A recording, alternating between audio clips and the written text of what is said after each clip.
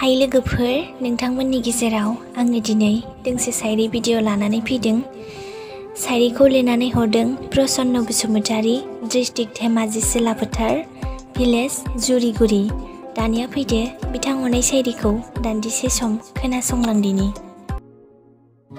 गोसो सिङाव नोंखौ गोबाव समनिफ्रायनो हास्थायखुमानानै दंमोन आं।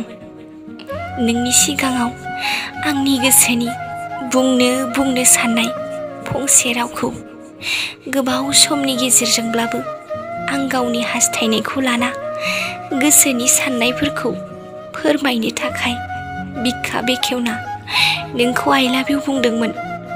नाथाय गनाया नङा, नोंबो गनायदोंमोन।